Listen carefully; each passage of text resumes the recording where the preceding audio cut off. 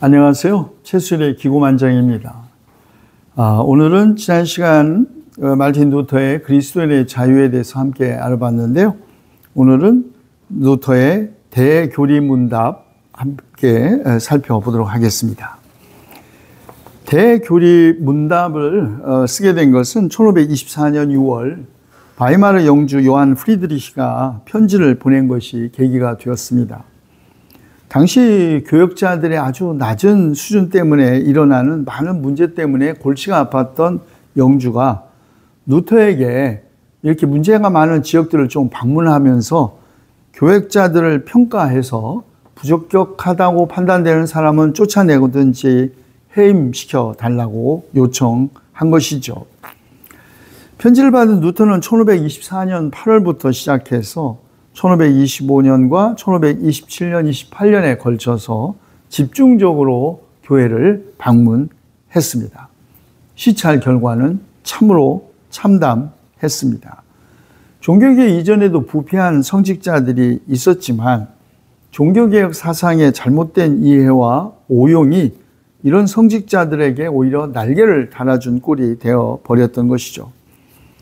성직자와 일반 신자들은 마치 모든 제약에서 고삐 뿔린 망아지 꼴이 되어서 하나님을 두려워하지도 않고 교회의 징계를 무서워하지도 않고 목회직에 대한 열정은 고사하고 수입이 일정하지 않기 때문에 목회 직무보다도 권력자에부터 아부나하는 정치꾼들이 생겨났고 일부 목회자는 술집을 운영하거나 주정뱅이가 되거나 윤리적으로도 문란한 생활을 하는 등 도저히 성직자라고 말할 수 없는 모습들이 토처에서 개신교 진영을 좀먹고 있었던 것이죠.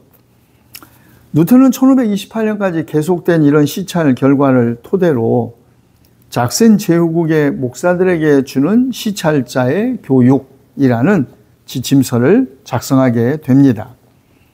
이 지침서는 교회 내부의 부패를 뿌리 뽑고 교리와 예배를 바르게 세우며 일벌 100개의 내부 징계를 통해 목사들의 해이해진 기강을 바로 잡아야 한다. 부패하고 게으른 목회자는 강력한 징계를 통해 해임하거나 추방하고 비어있는 교회와 수도원 재산은 청산하여 그 재산으로 가난한 자와 고아와 은퇴한 목회자들을 위해 사용하고 누구나 특히 부녀자와 아이들이 교육받을 수 있는 보편 교육을 위해 학교를 건립하는 데 사용하고 마지막으로 교회의 미래인 목회자 후보생들의 교육을 위한 기금으로 사용해야 한다.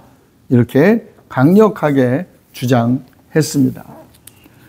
루터의 이런 강력한 제언도 그리고 강력한 징계 조처는 어느 정도 효과를 보였습니다. 그런데 루터가 교육을 통해서 목사와 설교자들을 돕는 것이 필요하다는 것을 느끼고 1526년 이후부터 시작한 교리 설교를 토대로 하여 1529년 성인과 목회자를 위한 대교리 문답과 청소년들을 위한 소교리 문답을 출간한 것입니다. 그런데 1530년에 출간한 3판 서문에는 목사와 설교자들을 위한 이라는 글이 덧붙여졌는데요. 그것은 교회에서 일어난 대부분의 문제들이 목사들 자신으로부터 시작되었기 때문에 목사들의 책임을 역설하기 위한 것이었습니다. 그런데 루터의 어법은 16세기 당시의 수사법을 고려하더라도 아주 매우 강도가 셉니다. 게으르고 나태하며 직무에 열정이 없는 목사를 뚱땡이라고 대놓고 말하고 아예 사람 취급조차 하지 않으면서 동물에게나 사용하는 용어를 감정 섞어 아주 직설적으로 뱉어내기도 합니다. 루터의 이런 글쓰기, 그가 학술적 글쓰기보다도 논쟁적 글쓰기 방식을 선호한 데서 온 것이죠. 대교리 문답은 루터가 자신의 많은 저술들 가운데 남길 만한 것으로 스스로 꼽은 세 권의 책 가운데 하나였습니다. 소교리 문답과 노예 의지론이 나머지 두 권입니다. 루터는 대교리 문답으로 새로운 신학을 주창하거나 정치적 구호를 선전하려고 하지 않았습니다. 그런 그리스도인에게 필요한 기독교적 기초를 5기둥, 곧 십계명, 신조, 주기도문, 세례, 성만찬으로 나누어 성경의 기본 개념과 가르침을 쉽게 전달하려고 했던 것이죠. 루터는 이 5기둥이야말로 그리스도인이 반드시 숙지하고 실천해야 할 가장 기본적인 교리임을 강조합니다. 통상 고대 교회에서 교리문답할 때는 신조와 주기도만 다루었지만 13세기부터 십계명이 추가되었다고 알려져 있습니다. 그 때문에 루터 이전 교리서들의 배열 순서는 신조, 주기도, 그리고 다른 것이 없는 한 십계명이 뒤를 날았습니다. 이런 배열은 중세 후기까지 계속되었는데요. 실제로 중세 묵주기도 순서가 이러했습니다. 신조에 믿음 없이 되뇌는 주기도는 가치가 없고 십계명을 지키지 않고는 그 신조가 효력이 없다고 생각했기 때문이죠. 그런데 루터는 이 순서를 아주 의도적으로 바꿔놓았습니다. 십계명 다음에 신조를 배열했는데요. 그 이유는 율법과 복음의 변증법적인 관계 때문이었습니다. 대교리 문답에서 한 가지 더 주목할 것은 각 단위 항목마다 아이들에 대한 교육적 관심이 표명된다는 점입니다. 당시만 해도 청소년에게 교육적 관심을 갖는다는 것은 사실 혁명적인 일이었다는 점에서 루터의 뛰어남이 돋보입니다. 자, 1529년 초판 대교리 문답 서문은 이렇게 되어 있습니다. 대교리 문답 초판 1529년에 출간되었는데요. 여기서 루터는 대교리 문답이 모든 그리스도인들을 위한 것임을 먼저 밝힙니다. 이 서문은 루터가 1528년 5월 18일에 아이들과 교육받지 못한 일반 신자들을 위해서 한 설교에 기초해서 작성되었다라고 밝히고 있습니다. 교리문답, 그리스어에서 유래한 카테키스무스라고 불렸는데요. 어린아이들을 위한 가르침이라는 뜻입니다.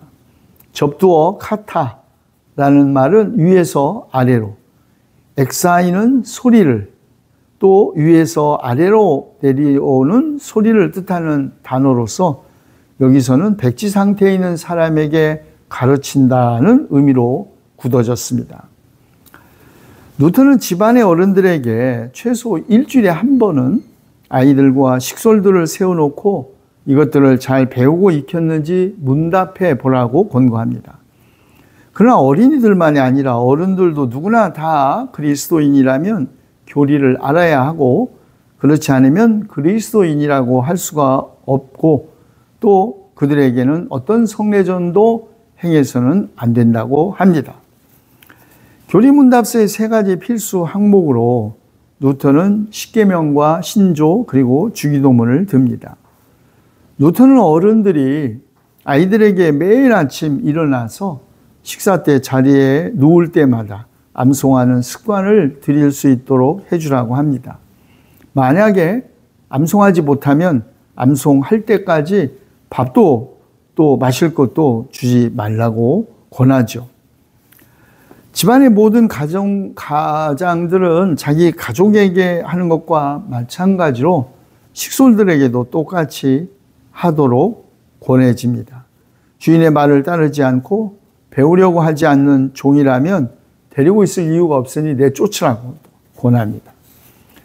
루터는 이 3 항목을 습득하고 나면 성례전, 곧 세례와 성만찬을 다루겠다고 합니다.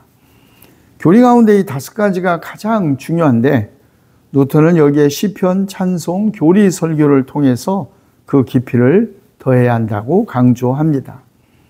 5 항목이 기독교 전체의 가르침이니까 이것을 끊임없이 익히고 한 구절 한 구절 공부해서 지식을 넓혀가야 한다는 것이죠.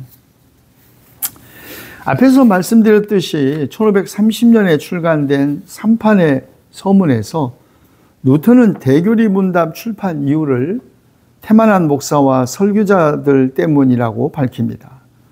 자기 직무가 무엇인지도 모르고 가르쳐야 할 교리도 우습게 여기는 목사들, 기독교 교리는 너무 수준이 높아 어렵다고 멀리하는, 또 교리 가르치는 일을 그저 밥벌이 정도로만 여기는 목사와 또 설교자의 직무를 자기 배나 채우는 것인 줄 아는 폭식가, 목사와 설교자들이 그 대상이라고 합니다.